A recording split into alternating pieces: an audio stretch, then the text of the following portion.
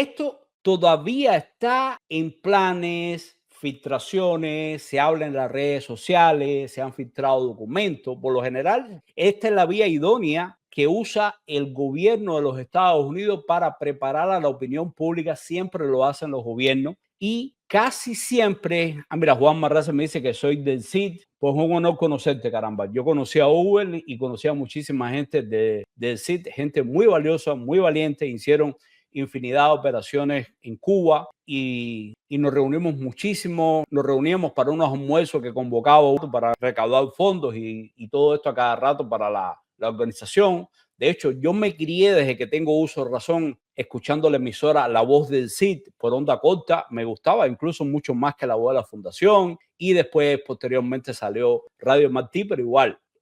Siempre me mantuve escuchando todas estas emisoras, La Voz del CID, Radio Camilo Cienfuegos. Así que bienvenido, también saludos para Fernando que acaba de entrar. Bueno, señores, de acuerdo a lo que se sabe hasta ahora, y de nuevo, esto no es un hecho todavía, no es que exista una orden ejecutiva firmada que uno la pueda ver y decir esto es real. Hasta el momento se sabe que el mismo 20 de enero del 2025 Trump firma una orden ejecutiva para tener restricciones inmigratorias más sólidas con países que son deficientes en el tema de la investigación y las selecciones migratorias. Por supuesto, ¿quiénes van a estar incluidos en esta lista? Venezuela, Sudán, Somalia, Siria, Yemen, Irán, Libia, Corea del Norte, Pakistán, Afganistán y muy posiblemente se les va a incluir, por supuesto, también a Venezuela y Cuba. Pero todo lo que sabemos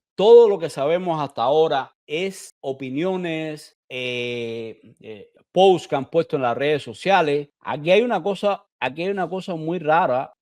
Sí, alguien que dice algo como que yo soy del CID, viva la revolución, pero una revolución con una falta de ortografía tremenda. O sea, no entiendo si es del CID realmente, pero bueno, en fin, hay gente de todos lados. ¿Qué te voy a decir? Aquí, de hecho, nos preguntan que si tú publicabas, un momentico, tú publicabas los discos de estado de SAP o SAP. No, realmente yo sé quién es Rodiles, estado de SAT, pero ya cuando ellos subieron yo estaba en Cuba, yo había salido de Cuba y lo conozco por referencia. Nunca me he vinculado a estado de SAT ni así ninguna organización. Colaboré un poquito, recién llegado con la fundación. En aquel momento, imagínense que el presidente de la fundación era nada más y nada menos que Joe García, o sea que por supuesto me intoxiqué a los pocos días de estar ahí compartiendo con ellos y realmente veía como que eso era un tinglado demócrata, un regalo envenenado que había dejado Ojitos Más Canosa para reventar desde adentro la Fundación Cubano-Americana. Esa es mi opinión,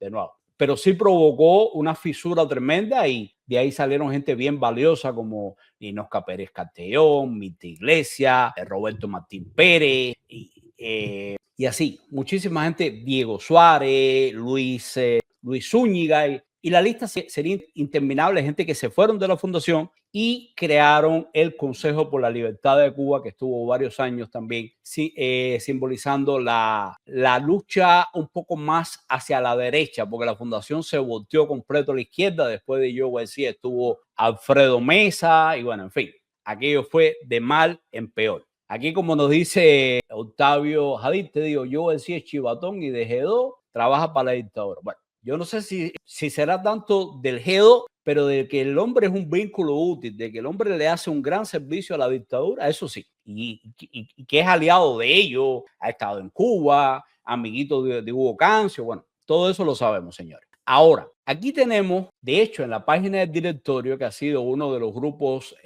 afectados con este tipo de medidas. De hecho, tenemos una información donde se dice, me han preguntado sobre esto, qué yo pienso sobre ello, si los cubanos que tienen residencia legal deberían viajar a Cuba. Yo realmente, yo les diría a todos que no lo hagan, pero por una cuestión de convicciones. Ahora, que se les pueda complicar después la reentrada a los Estados Unidos, pudiera pasar.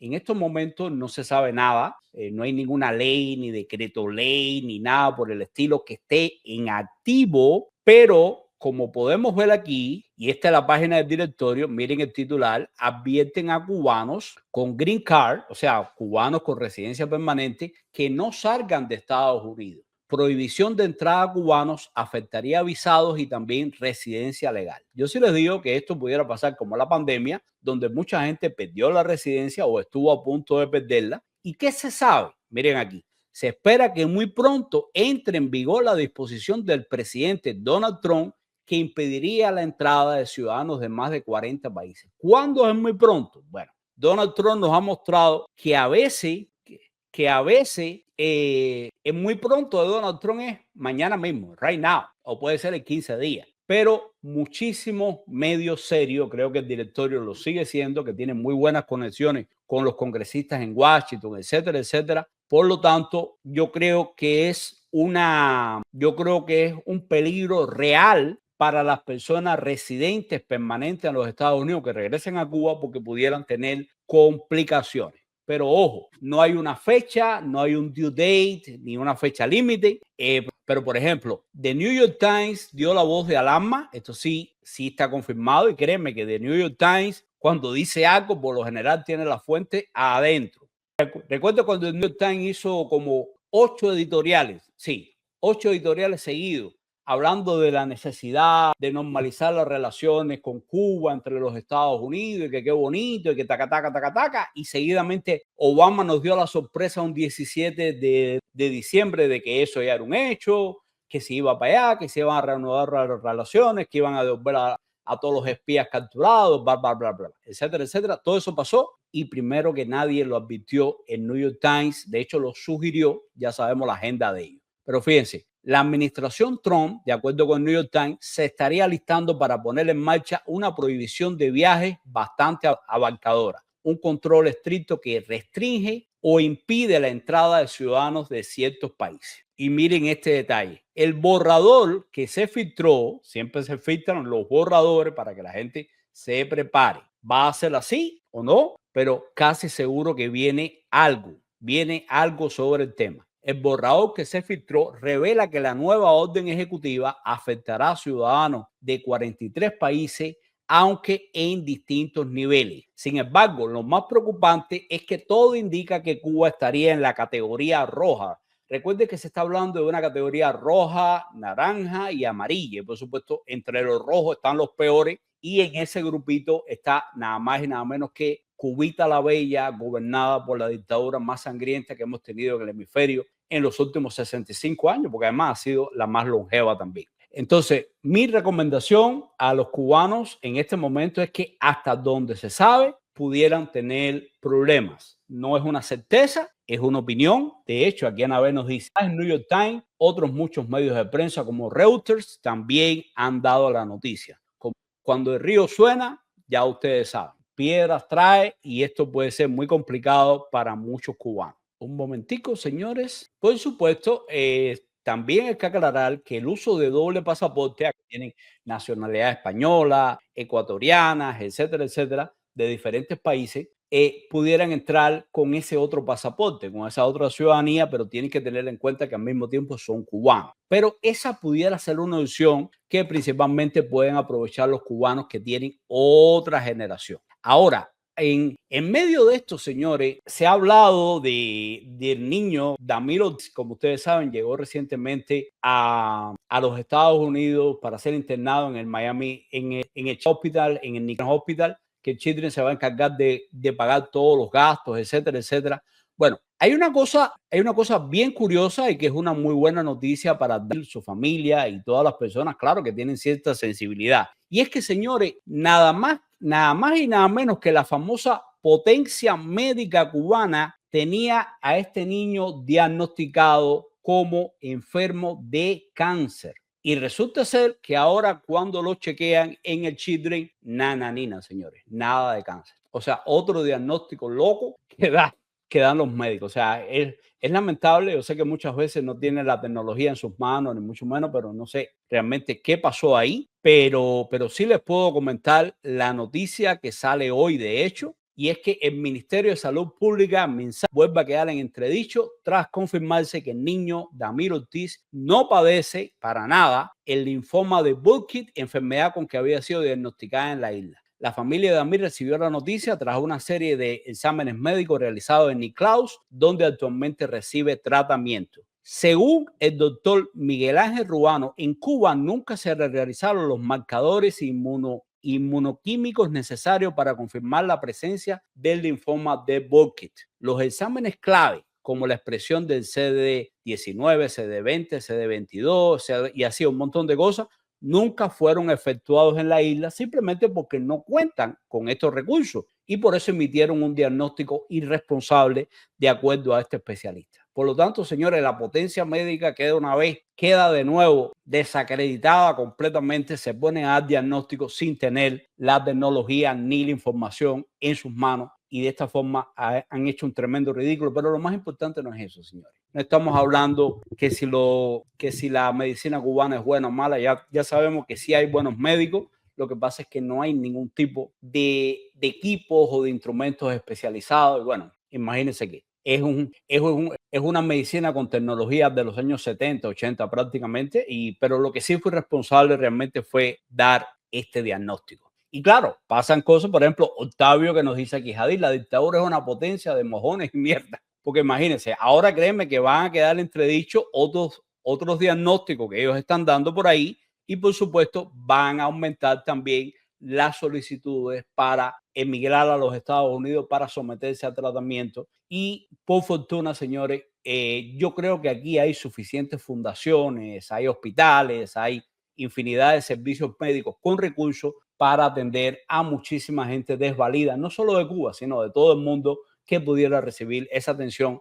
Me parece muy bien y muy buena noticia que Damir al menos no tenga esta enfermedad, señor. Ahora, otra cosa es que, hablando del caso de lo que se sabe hasta ahora de la orden ejecutiva que se va a implementar sobre la prohibición de entrada a cubanos, es que no va a haber excepción alguna con los cubanos, o sea que no va a poder entrar nadie independientemente de que sean visas humanitarias, de profesionales, de opositores, etcétera, etcétera. Pero de nuevo, yo no me atrevo a asegurar nada, solo les puedo decir lo que está saliendo en varios medios, señores. Algo muy bueno que creo que ha pasado, señores, contrario a lo que mucha gente pudiera pensar, yo en los últimos años no he apoyado ni a radio ni a Televisión Martí. En mi opinión, en mi opinión es un dinero que se ha botado por tonelada. Radio Martí principalmente ha sido un refugio de lo que se llaman las botellas, o sea, muchísima gente amigo de amigos y lo otro, y organizaciones como la Fundación Cubano-Americana en su momento, que tenían poder, aprovecharon para colar a simpatizantes o amistades que no tenían qué cosa ofrecerle y le ofrecían un puesto en radio y televisión Martí. Además de eso, que la televisión nunca se vio en Cuba, señores, en lugar de ahorrar dinero o realmente tener la voluntad política para que pudiera ir a la Cuba, por ejemplo, poner una antena desde la base naval de Guantánamo. Todos los especialistas decían que hubiera funcionado, pero los militares de la base naval, los altos oficiales, no querían correr ese riesgo. Señores, nunca pasó. Pero, ¿qué sucede aquí? Que precisamente, bueno, les han quitado los fondos a radio y a televisión Martí. Y yo hice algo, señores. Yo no quise ponerme de pronto a hablar, no, que si es bueno, que si es malo, la gente lo ve, no lo ve, no. Yo quise hacer una encuesta por mis medios y le pregunté a un montón de amigos que tengo en Cuba que por favor le preguntaran a 10 o 15 amigos de ellos a su vez, incluso aprovechando los apagones terribles estos del fin de semana que toda la isla estuvo apagada, que le preguntaran quién de sus amigos aún escuchaba Radio Martí o lo había escuchado antes, etcétera, etcétera. Y señores, la respuesta fue unánime. Hace varios años algunos lo escuchaban, pero con la llegada del internet, de las redes sociales, de los influencers, etcétera, etcétera, etcétera, y sobre todo de los programas de periodismo como este que vamos a ver un momentico, grabados online, la gente dentro de Cuba prácticamente no se conoce ningún caso que en los últimos años haya escuchado Radio Martí. ¿Por qué? La gente prefiere la inmediatez. Si tienen acceso a la internet, señores, y a un teléfono que se pueda conectar, ¿qué van a hacer? Van directo y dicen, espérate, déjame ver la noticia de que dicen que capturaron un espía. ¡Bum! Van directo. a los diferentes programas que han trabajado ese tema. Espérate que si hay una orden ejecutiva de Trump que va a impedir que los cubanos entren, déjame ver, ¡pam! Y así van directo a las noticias que están buscando y no tienen que dispararse media hora, 40 minutos de un montón de noticias que no les interesa para que al final lleguen a lo que les interese o no, a lo mejor nunca llegan. Aquí, como nos dice Palulo, bienvenido, nos dice Radio Martí cumplió su primera tarea de informar al pueblo cubano, después fue infiltrado y puesto de servicio de régimen. Yo coincido contigo, principalmente en las administraciones demócratas, señores, se veía que pasaba un memorándum donde no se le podía llamar a Fidel o a Raúl Castro dictadores, había que llamarlo presidentes, jefes de Estado, porque no era políticamente correcto. Imagínense hasta dónde. Vamos a ver un momentico este reportaje, señores.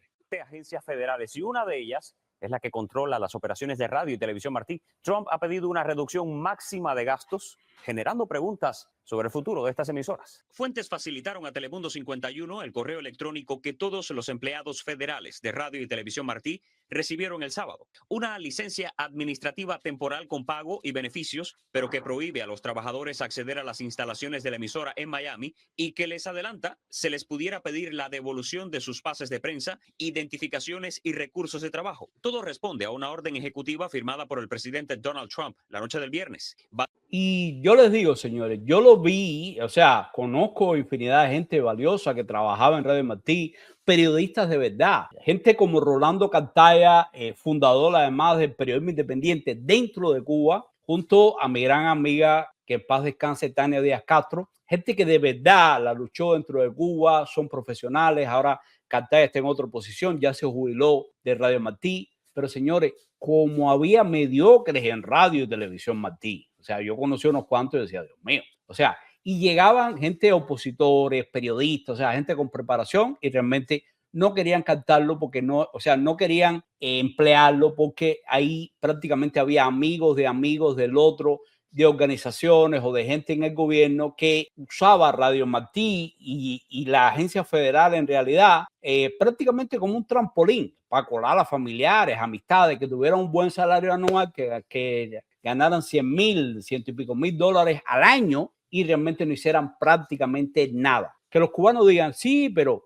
es que llegaba algo, llegaba la información. Señores, hay infinidad de grupos aquí que prestan el mismo servicio, que básicamente reúnen la información y cualquiera hoy con un micrófono o un teléfono puede hacer el mismo trabajo que hacía Radio Martí sin gastar 11 millones de dólares de los contribuyentes cada año. En ese sentido es que a mí me parece que la medida es oportuna, es una cosa que está en sintonía con el programa de Donald Trump de ahorrar el máximo dinero posible, pero de nuevo creo que sí se deben revisar los proyectos que estaban recibiendo grants y realmente cuán efectivos son y qué están proponiendo y sobre todo cuáles son los resultados. Ahí había muchísimos fantasmas,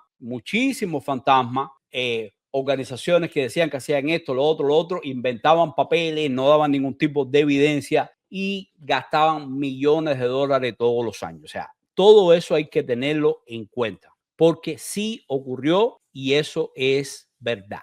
De hecho, fíjense, en este caso les puedo comentar que Kari Lake, asesora principal de la USAGM, designada por Trump, calificó a la agencia como irreparable y denunció que está plagada de desperdicio de recursos, fraude y abuso. Entre las irregularidades detectadas se incluyen violaciones masivas de seguridad nacional con infiltraciones de espías, corrupción en adjudicación de contratos, gastos excesivos y millones invertidos en noticias falsas. Recuerden que sí, que los castristas, por ejemplo, Carlos Serpa Maceira, que se infiltró como periodista independiente, las damas de blanco y eso, en vivo, desde la televisión cubana, hizo la prueba, le tiró a no sé quién en Radio Martí, no, mira una noticia, hay una manifestación aquí, que no sé qué, y Radio Martí de inmediato, la otra persona empezó a tirarla por allá, señores, por un servicio periodístico federal sin confirmación alguna. Yo no sé si la otra persona también era un espía o qué demonio pasaba, pero ahí faltó seriedad y quién sabe cuántos casos similares se dieron. El caso es que la medida del departamento DOGE, de esta agencia federal que está dirigiendo Elon Musk, está funcionando y realmente está surtiendo resultados y ahorrándole millones de dólares a los contribuyentes americanos.